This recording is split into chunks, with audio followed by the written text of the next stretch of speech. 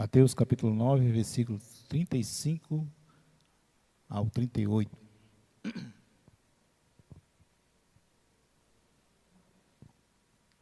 Todos encontraram? Diga amém. Diz assim a palavra do Senhor. Jesus ia passando por todas as cidades e povoados, ensinando na sinagoga, pregando as boas novas do reino e curando todas as enfermidades e doenças. Versículo 36.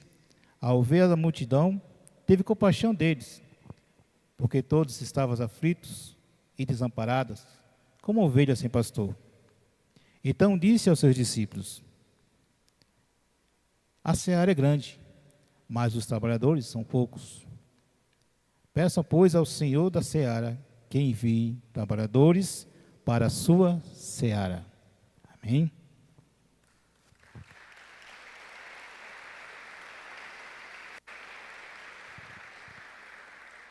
Vamos fazer mais uma oração. Curva sua cabeça. Senhor Deus amado, bendito Santo Deus, Pai, em nome do teu Filho amado Jesus, nós estamos na tua presença nessa noite.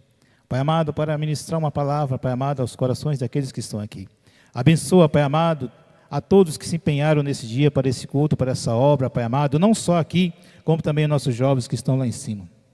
Pai, que a tua presença venha ser notória, que possamos aqui, Pai amado, entender o teu ID, a grande comissão do Evangelho de Deus. Pai, é nessa noite que eu te peço, Pai, vai abençoando a vida de cada um, em nome de Jesus. Amém? Graças a Deus. Quando a gente começa a analisar o texto que foi lido nesse momento, nós vamos ver que no início do ministério de Jesus, Deus passou um período muito grande sem falar com o seu povo. Deus passou 400 anos sem falar com o seu povo. A última vez que Deus falou com o seu povo, foi no ano 397, usando o profeta Malaquias. Então passou esse período todo sem Deus se manifestar. As pessoas começaram a, sendo bem direto, esquecer de Deus. Só as suas histórias, mas não do seu poder, da sua manifestação. Mas quando a gente começa a analisar o texto, a gente vai ver que não foi a primeira vez que Deus passou um período de 400 anos sem falar com o seu povo. Quando a gente vai ver a palavra de Deus, você sabe que Moisés, quando Deus fala com Moisés, passou mais 400 anos sem Deus se manifestar, sem falar com o povo que estava no Egito. Passando esses 400 anos, Deus levanta Moisés para libertar o povo do Egito. E quando Deus levanta Moisés, Moisés começa a negar a Deus, perguntar a Deus como é que ele ia apresentar o Deus ao povo de Israel, se fazia 400 anos que o povo não conhecia Deus, não falava, não ouvia falar de Deus. Passando os 400 anos, então Deus chega para Moisés e diga ao povo que o eu sou foi quem te enviou. Então, eu sou te enviou. Guarde bem essa palavra. Nós vamos falar mais sobre isso. Passando esse período, agora nós estamos chegando no Novo Testamento, como falei, Deus também passa mais 400 anos sem falar com o povo. Porém, existiam algumas promessas, e nós vamos compartilhar essa promessa nessa noite. A primeira promessa que a gente vai ver é quando Isaías, no capítulo 7, versículo 14, ele diz assim: pois o Senhor mesmo lhe dará um sinal. Há uma jovem que está grávida e dará à luz. Porém, o nome dele será Emanuel. A palavra Emanuel quer dizer agora Deus conosco. No Egito, Deus levantou um homem para levar o povo à liberdade. Agora o próprio Deus, ele encarna para nos dar a liberdade. Talvez você não entendeu. O próprio Deus, ele se manifesta para nos dar a liberdade. Não precisamos de homem, não precisamos de intercessor, não precisamos de ninguém que faça isso por nós. O próprio Deus, ele se manifesta para nos salvar. Passando mais um tempo, nós vamos ver também outra promessa, em Isaías capítulo 9, versículo 6, que diz assim: pois já nasceu uma criança, Deus nos mandou um menino, que será o nosso rei. Ele será chamado Conselheiro, Maravilhoso, Poderoso, Príncipe da Paz. Mais uma vez, uma promessa, um sinal. E por que eu estou falando dessas duas promessas? Se a gente vai ver o texto, eu vou analisar, passar com vocês nessa noite. O povo estava sem esperança, sem fé, sem um líder, sem um pastor, sem ninguém para que possa interceder ou apresentar a ele, as pessoas a Deus. Eu quero trazer mais um outro texto que fala o seguinte, que não é do contexto, não faz tempo, não foi escrito no tempo que aconteceu, mas se a gente analisar, tem tudo a ver. Naqueles dias, não havia reis em Israel, e cada um fazia o que lhe parecia ser direito. Isso está escrito em Jeremias 21 e 25. O povo estava perdido. O povo estava sem direção. Estava sem Deus. Cada um andava conforme que achava aquilo na cabeça. E a gente vai discorrer mais sobre o texto. Mas, quando a gente começa a ler a palavra de Deus, a gente vai entender que Ezequiel, ele fala o seguinte: as minhas ovelhas andam perdidas pelos morros, pelas montanhas, estão espalhadas por toda parte. Ninguém busca as ovelhas, ninguém procura a encontrá-las. Era o texto que estava acontecendo no Novo Testamento. Exatamente o que estava acontecendo no Novo Testamento. Ninguém queria buscar as ovelhas. Ninguém queria buscar o povo perdido. Em Ezequiel, capítulo também 34 e 15, ele fala: eu mesmo, Deus falando, serei pastor do seu rebanho. Encontrarei um lugar onde minhas ovelhas passará descanso. O eu sou o Senhor Deus que está falando. Deus, ele toma posição. O povo estava perdido, sem esperança. Ele diz: eu, o Senhor, eu mesmo vou tomar a posição, vou ficar de pé, vou buscar as ovelhas que estão perdidas, vou levar ela para um lugar de descanso. E ele fala: eu, o Senhor, é que estou falando isso. A nossa salvação não é pelo homem, nossa salvação não é por ninguém. O próprio Deus, ele se levantou, ele encarnou em Cristo Jesus e diz: eu vou buscar as ovelhas perdidas. Eu vou dar descanso. Eu vou levá-la para um lugar de paz. E é isso que nós estamos aqui, pregando esse evangelho. É por isso que nós estamos aqui. Ele nos trouxe para esse lugar de paz.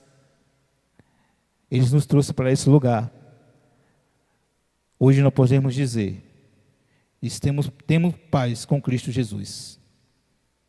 Então, quando Jesus começa o seu ministério, quando ele começa a pregar o evangelho, com 30 anos de idade, na Judéia, os judeus começaram a ver os seus milagres, com as suas palavras, porque fazia 400 anos que o povo não via Deus falar.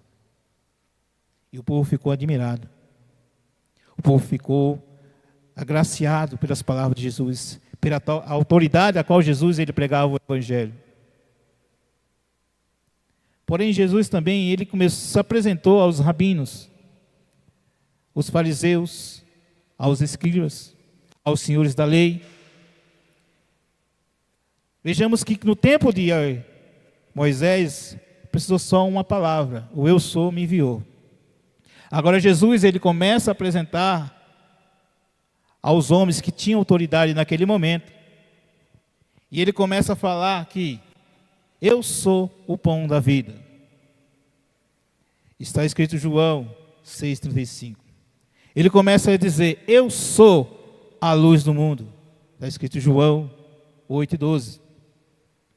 E ele começa a dizer: eu sou o caminho, a verdade e a vida. João 14,6. Ele começa a falar: eu sou a videira verdadeira. João 15, primeiro. Ele começa a falar: eu sou a porta. João 10, de 8 a 9. Ele fala: eu sou o bom pastor. João 10, 14, de 11 a 14. Ele fala: eu sou a ressurreição e a vida. João 11, 25. Jesus apresentou-se de 7 maneiras para os fariseus.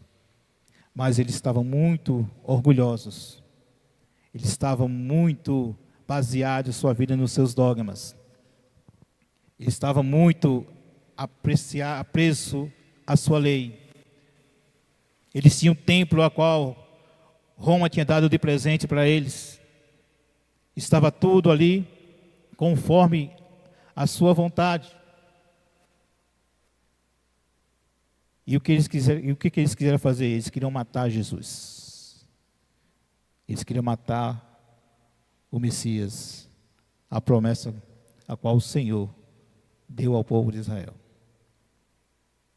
Eles queriam matar aquele que veio para dar vida, só por causa da sua lei, dos seus dogmas, do seu ego. Jesus, ele veio quebrando tudo isso, trazendo esperança para aquele que estava perdido. E no texto que eu li, nós vamos ver que Jesus, ele começa o seu ministério. O primeiro estado que ele vê era o caos, o desespero. E ele vê a alma daquelas pessoas abatida. Ele vê a alma daquelas pessoas aflitas. Ele vê que aquelas pessoas não tinham com quem se agarrar. Não tinha a quem buscar. A quem viesse o socorro. E a Bíblia diz no livro que eu falei, que ele olhava aquelas pessoas oprimidas, como foi feita a ensinação aqui, o inimigo oprimindo. E a Bíblia diz que ele teve compaixão delas. Em outras traduções diz que ele chorou pelas almas. Ele chorou. E aqui eu vou tentar já entrar na mensagem. Quando a gente olha para isso aqui, quando a gente começa a ver isso aqui, eu tentei entrar num campo mais sensível possível para entender isso aqui. Porque Jesus chorou pelas pessoas. Elas estavam aflitas. Elas precisavam de uma urgência, de um milagre, de um socorro. E ele chega para os seus discípulos e diz: os campos estão maduros e a colheita já é farta, no meio de tanto caos e tanto desespero. No meio de tanto caos e tanto desespero, ele diz que a colheita está farta. Esses dias eu estava conversando com o meu pastor na sala dele, ele me falou uma frase, e eu vou falar essa frase aqui. Talvez eu mude um pouquinho. Será que nós estamos sensíveis, como Jesus esteve? O Instituto de Missão, evangelismo. Será que nós estamos sensíveis com o nosso vizinho do lado? Será que a gente, alguma vez na vida, a gente pregou o evangelho para o nosso vizinho?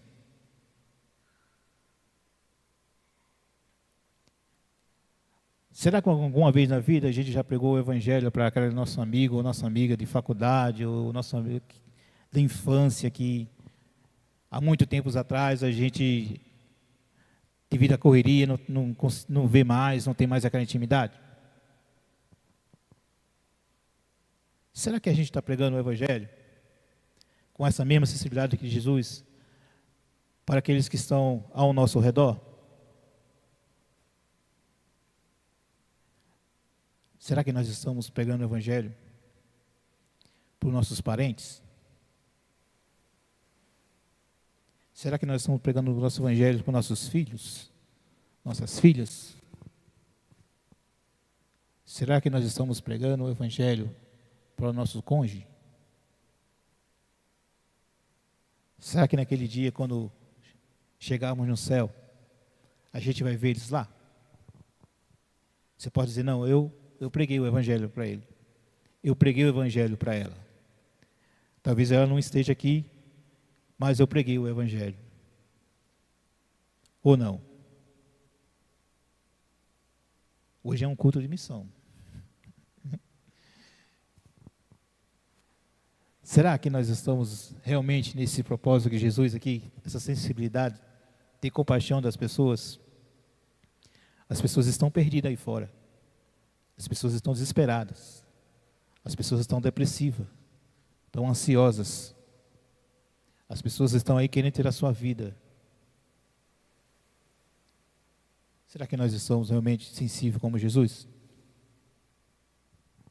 Eu vou bater um pouco nessa tecla, não me leva a mal, mas esse é o intuito mesmo.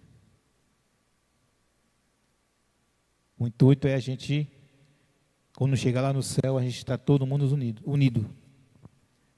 E eles falam mais. Essa pessoa que está do seu lado aí, você já pregou o Evangelho para ela? Será que quando você chega lá no seu trabalho, você também pode se apresentar como um cristão lá? Será que na sua faculdade você pode se apresentar como cristão? Como foi falado aqui, o nosso irmão Rony cantou, qual é a bandeira que você está levantando lá no seu trabalho? Qual é a bandeira que você está levantando na sua empresa?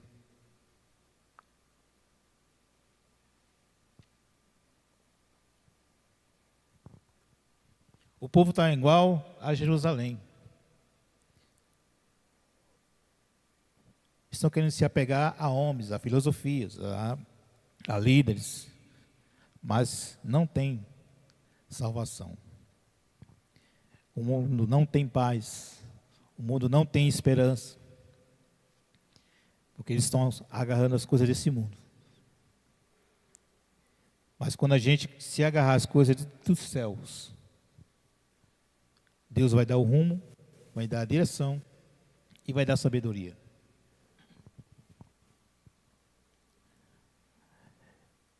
Quando a gente vê, Jesus começa o seu ministério.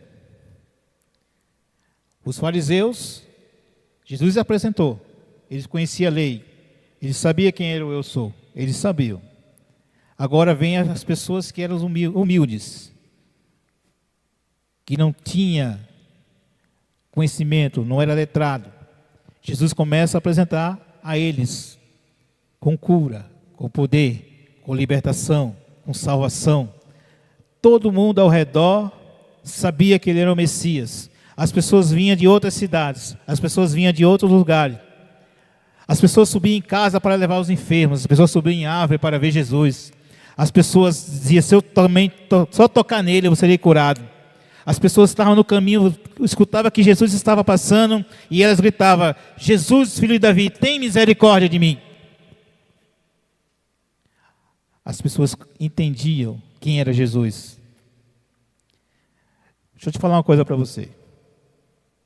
Para falar de Jesus não precisa ser teólogo. Para falar de Jesus não precisa ter o conhecimento. Para falar de Jesus, basta você abrir a boca e dizer que Jesus salva, que Ele cura, que Ele batiza, que Ele restaura e que Ele que leva para o céu.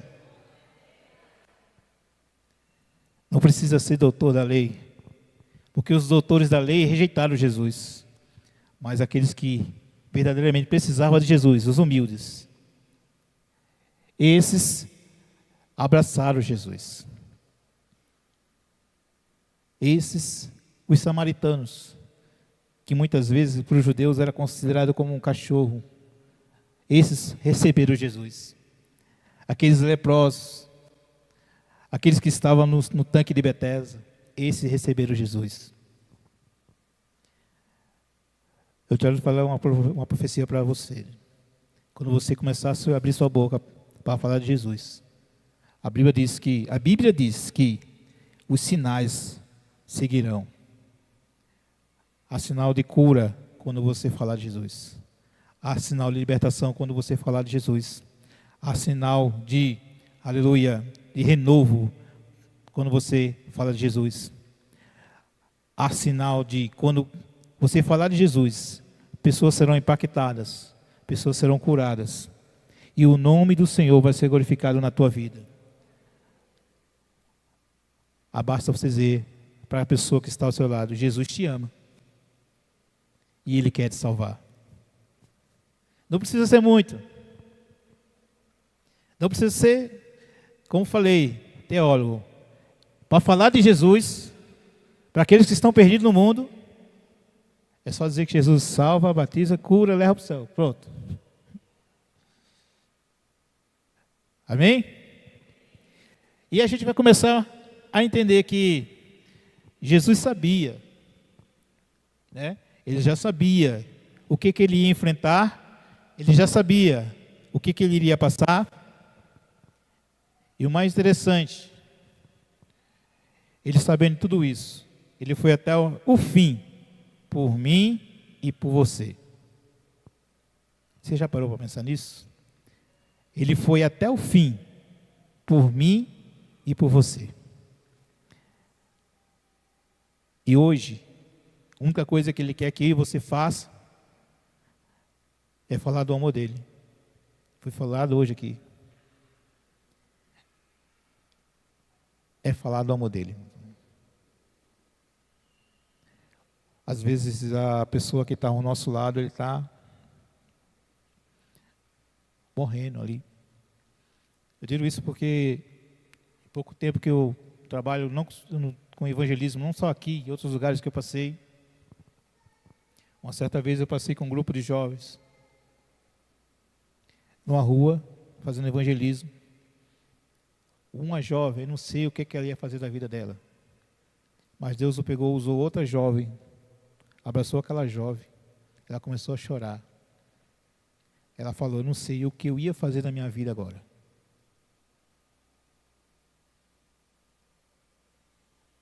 E ali Deus mudou o quadro. Deus mudou o quadro.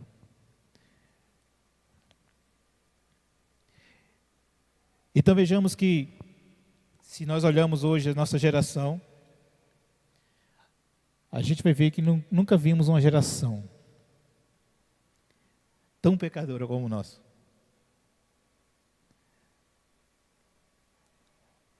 A gente nunca viu uma geração tão estressada como a nossa. Uma geração tão solitária, tão depressiva.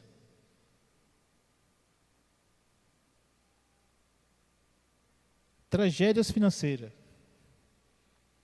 divórcio desenfreado, homossexualismo militante, imoralidade sexual exposta a todos os lugares, roubo cada dia mais aumentando. A pessoa, quando chega com 30 anos nesse mundo aí fora, muitas, não são todos, o que ele já tem usado de entorpecente da vida dele é uma coisa que incomparável. Mas Cristo, Ele conta comigo e com você para a gente mudar essa situação. Ele falou que os campos estão maduros e a colheita está farta. O mundo está necessitando do Evangelho de Cristo. A gente só vai vencer o quadro quando a gente começar a pregar esse Evangelho. Eu tenho que chegar para o mundo, falar para o mundo. Esse amor de Cristo funcionou comigo e funciona com você também. Eu tenho que falar para o mundo que Cristo, Ele é suficiente na minha vida e Cristo, Ele é suficiente na vida do próximo. Mesmo que o mundo diga que não tem jeito para aquela pessoa, mas Cristo é suficiente. Cristo, Ele é suficiente para libertar o homem dos vícios, para restaurar um casamento, para dar liberdade financeira, por que não? Para encher com o Espírito Santo, para tirar a depressão, para tirar a opressão, para tirar a solidão. Cristo lhe é suficiente. E se a gente entender isso, a gente vai ter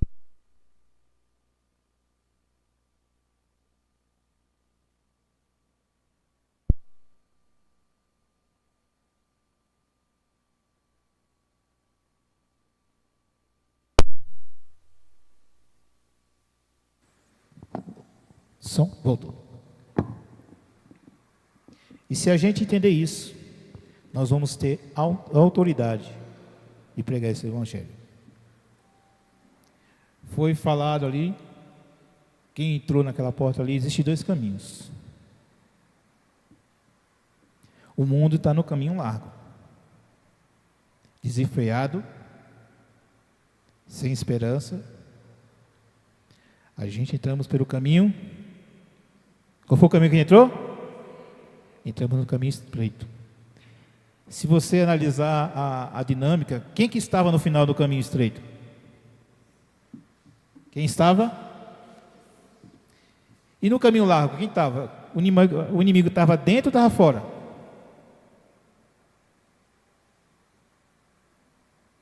Onde é que estava o inimigo? Estava fora, chamando para você entrar para dentro. E se você analisar o caminho estreito, Jesus estava dentro, chamando você para participar. Entendeu a dinâmica do culto? Jesus, ele chama a gente para cear com ele em um lugar secreto. Como eu falei, no lugar de paz, no lugar de descanso. O inimigo, não, ele chega na porta, faz aquele alvoroço. O inimigo te oferece dinheiro, te oferece bons empregos, te oferece 1001 coisas. Mas quando você passa pela porta, o caminho lá leva você para o abismo. Mas a porta estreita, quando você passa, Jesus, ele chama você para cear com ele, sentar numa mesa, e você agora naquele momento, ele próprio vai te dar o alimento, e vai dizer: bendito sois, filho meu, porque ouviste a minha voz, e agora estás aqui comigo. Amém? Quase acabando. Então, quando a gente olha para isso, tudo que eu falei, quando a gente entende essa palavra, o que está sendo falado aqui nessa noite, o inimigo não vai ter mais poder sobre mim e sua vida. E eu creio que todos aqui quis aceitar a Cristo, o inimigo também não tem mais poder sobre a vida de vocês. Porque quando a gente está lá fora, quando a gente entra num caminho largo, nesse momento o inimigo ele tem toda a autoridade sobre nossas vidas. E ele vai fazer coisas que para a gente que está no mundo, parece ser maravilhas. Ele vai te dar uma liberdade que não é liberdade.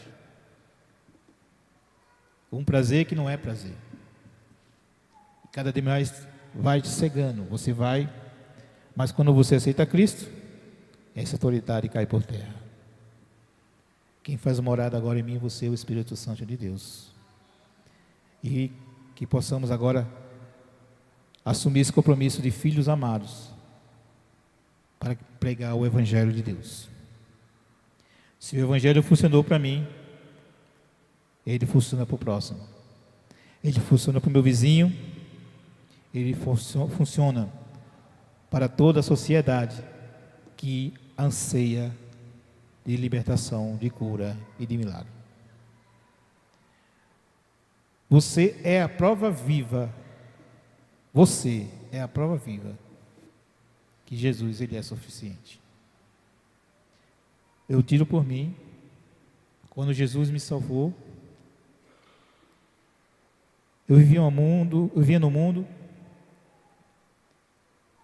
andava com 17 a 18 anos, eu era músico, ainda sou, não deixei de ser, tocava na noite, cheguei a gravar 2 CD com os grupos, Trabalhei numa das maiores faculdades do estado de Pernambuco. Eu achava que eu era o cara. Eu achava que eu era alguma coisa.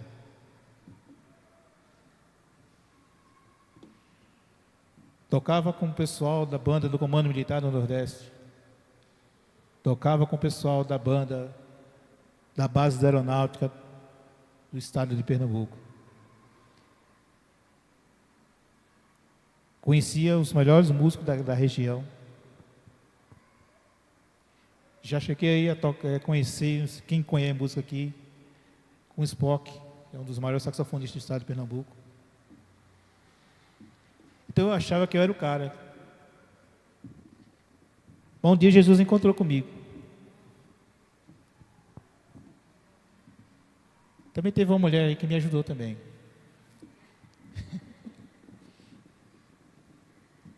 Eu casei com uma desviada, pastor. Eu católico e uma desviada. No final, Deus acertou tudo. Deus é bom, né? Achava, irmão, andava com as pessoas que naquele tempo era elite. Pensava que nunca ia acontecer nada comigo. Hoje não se fala, não se prega isso, as pessoas não querem ouvir isso, mas Deus ele teve que passar a perna em mim, numa rasteira, para eu cair no chão mesmo, sabe aquela, você cai de cabeça, aí você vai ver que você não é nada, você não é ninguém, e como fala em João, sem Ele nada podemos fazer. Foi isso que Deus fez comigo. Eu estava morando em uma casa, num lugar legal, tudo bom. Essa rasteira eu fui morar de favor. Fui morar de favor. E foi aí que a primeira vez, com quase 20 anos de idade, foi que eu entrei numa igreja evangélica. Mais de 20 anos de idade. Eu não lembro quando, se era 22, era 21, não estou lembrado. Mas eu era tão orgulhoso, você não sabe, tão orgulhoso, que eu não passava nem na frente de uma igreja evangélica. Fizeram um culto na frente da minha casa, eu disse que ia acabar com o culto. Eu era meio ousado também, irmão. Eu disse, eu vou acabar com esse culto aí.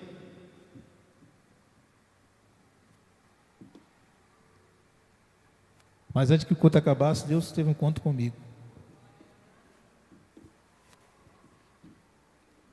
Eu, novo convertido, eu tive uma experiência dentro de um quarto. Não sabia nada de evangelho. Deus me fez ir a um certo lugar, passei mal nesse lugar, voltei para casa. Nesse lugar, eu devia orar para Deus curar, tu dizer que eu estava endemoniado. E eu fui para casa envergonhado com essa situação. Passou-se o tempo, isso foi à noite, quando foi de dia, Deus falou comigo dentro de um quarto, literalmente. E eu, como não entendia nada, Deus ainda manda uma pessoa que estava em outro lugar, disse que Deus falou com ela veio e me visitou. E aquilo que Deus falou comigo, Deus usou aquela mesma pessoa e falou dos projetos de Deus. Falou do que Deus tinha na minha vida. Deus me tirou de um estado, me colocou em outro. Deus tirou uma pessoa que morava no meio uma favela mesmo. No lugar onde os jovens com 17 anos, não chegavam a 17 anos de idade. Vocês não sabem, mas a taxa de homicídio no estado de Pernambuco é muito maior do que aqui. Eu vi muitos amigos meus morrerem assassinados. Deus me tira de um lugar, me coloca aqui, sopra o vento, e hoje nós estamos aqui. Estamos aqui pastoreando uma igreja, junto com o nosso pastor Zico, no setor de missões. Da onde eu vim, da onde eu já passei, dos lugares que eu passei, eu posso dizer, Cristo, Ele é suficiente na minha vida. E para a gente já finalizar, o seu grupo aí já pode se preparar aí. Uma frase que eu gostaria que você guardasse no seu coração. Essa frase não é minha. Não é minha. Mas, se a gente entender o sentido dessa frase, a gente vai cada vez mais levantar a bandeira do Evangelho, cada vez mais levantar a bandeira de Cristo, a bandeira da redenção e da salvação. A mensagem é essa, a frase é essa: para o mundo em crise, nenhuma outra instituição será capaz de responder aos anseios da humanidade, senão a Igreja de Cristo. Só quem pode responder aos anseios dessa humanidade é Cristo. Não é governo, não é direita, não é esquerda, não é prefeito. Só quem vai resolver os anseios dessa humanidade é a Igreja do Senhor. Essa igreja é eu, é você, é todos nós.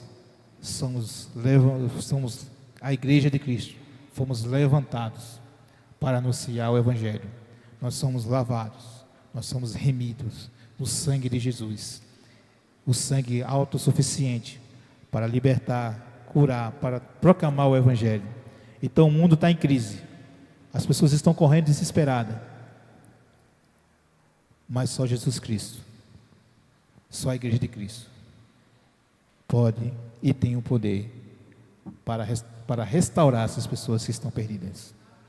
Vamos ficar de pé?